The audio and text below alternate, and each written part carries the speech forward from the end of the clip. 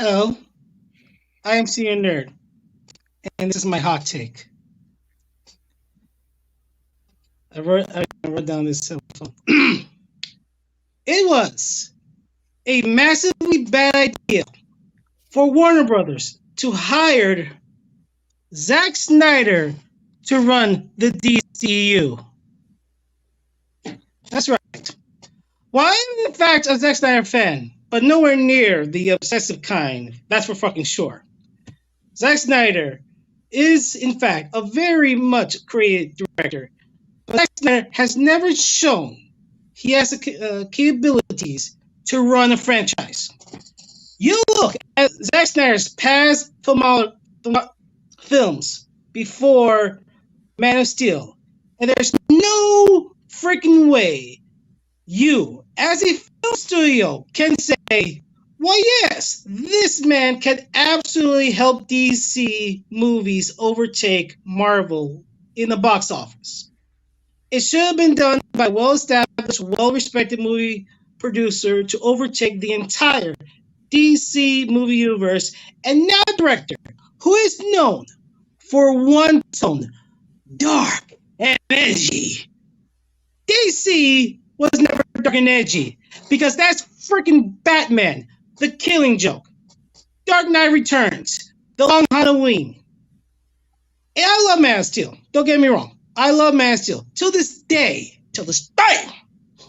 I defended the movie and Zack Snyder's creative choices for the character. However, the tone should not be the overall tone, the blanket tone for each of the characters in the DCEU, unless it's deal with Batman. And because of this bad decision, yes, I call it a bad decision, Warner Brothers felt it hard. With Chris' response for the first three films, Man of Steel, BVS, and the Suicide Squad, the fan backlash, and of course, the disappointing box office. Until, of course, Wonder Woman with Patty Jenkins and James Wan with Aquaman. Wonder Woman won back the fans and the critics, and Aquaman makes massive amount of money.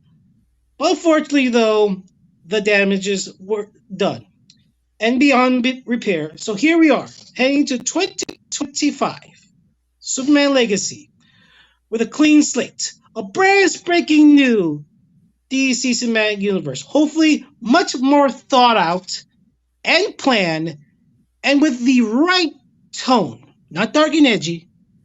And this new universe will be spearheaded by two guys who knows the business better: Pierre Safran and James Gunn. That's my hot take. Nice.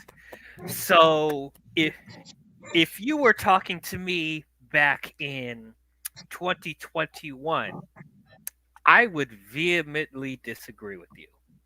Vehemently. Because we're coming right off of the Snyder Cut being released. However, I actually agree with you. I don't have too much to I honestly don't have too much to fight against that, because seeing that, I've talked about this before, seeing other filmmakers get their hands on DC characters and seeing how there's different tones that we're able to see with these characters that work really well. For example, with James Wan with Aquaman, and David F. Sandberg with Shazam, to an extent Patty Jenkins with Wonder Woman. I don't want everything to be dark and gritty. I don't want everything to feel the same. You're absolutely right. I've said for the longest time that a perfect cinematic universe should have different tones and appeal to different demographics. And I'm hoping that's what James Gunn's DCU will do. Now I'm with you. I love Man of Steel. It is my favorite Superman movie, and I will always defend it. But the whole thing with BVS and the Snyder Cut, it did feel rushed. It really did feel rushed, and it's hard to really build on a foundation that's been rocky from the start. So. Yeah, it just felt if you look at his Zack Snyder filmography, you look at his past. Dawn of the Dead, 300, Watchmen, Owl's Who, and Sucker Punch before Man of Steel. No way he could do one character. Think about it this way. Uh, Jon Favreau did Iron Man. That set the Marvel Cinematic Universe that became the biggest universe of the entire film industry. No matter what they want to say, it brought people into theaters, and started with Jon Favreau directing it, but he didn't run it. The Marvel universe. It was of course Kevin Feige, who has been producer other films for years. He was, of course, there in the first X-Men movie. He was a mentor. He was a protege for Richard Donner. Him and Jeff Johns. They work under Richard Donner, who, of course, directed the first Superman movie. So he knew he was like formed. He was clay to make. He absorbed and sponged all his experience directing these. He's directed Superman. He made Superman movies like the first two X Men and bad ones like Daredevil and Elektra. And I think he also Ghost Rider. But he learned those mistakes, and that set him up for, of course, with 2008 Iron Man. So since then, it become a massive hit. We don't see that with Zack Snyder. He should have done just stick with Superman, and then let other directors do their stuff. Ben Affleck, what you would do with Batman? What you would do with Batman? Pay James Wonder Woman, James Wan with Aquaman. I mean, there was how many directors? The first director that was hired for The Flash. You know, let them do their thing, and have a producer who know the business more than Zach, who knows that each movie has tone and creativeness from the directors to help make the films better.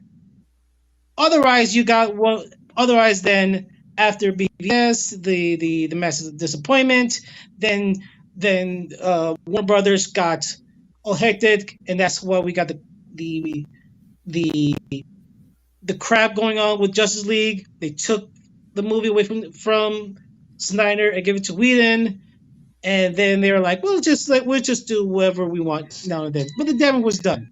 Yes, Wonder Woman was a hit with critics, and Aquaman made $1 billion. But the damage was done, like I said.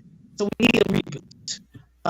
And even though the last few DC movies that start with because of Black Adam, The Flash, we had to start over again. Yeah.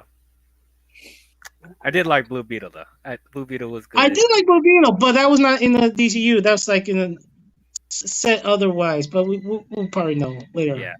Honestly, yeah. I know people have like debated me on this, and I'm sure like when the DCU fully gets on and running, they're going to explain it. But it honestly feels like James Gunn's Suicide Squad, Peacemaker, and Blue Beetle could be in the DCU. Yes. That's probably the only three, since they are continuing with those characters for the most part. You guys have Voltaire, Blue Jay, you have anything to add? Anything to say about his hot take? He's right. And yeah, he's right. I mean, I like Man of Steel. I like Man of Steel. That movie's awesome. Um I do think that when it comes to BVS and stuff, like I'm not the biggest I'm not that crazy for BVS cuz mostly like it's just a I don't like here's the thing. I don't mind movies being dark. It's just you have to make it entertaining. I don't find it BVS to be that. I mean, it has entertaining moments, but it wasn't like throughout. Like it gets um the movie is very I mean, it's visually stunning, but it's very drab. But it's very brown, it's very just muted and stuff. and just parts of it, just the choices are just a little questionable. Like Jimmy Olsen dying. I just can't get over that. Yeah. And then but I like the Snyder cut.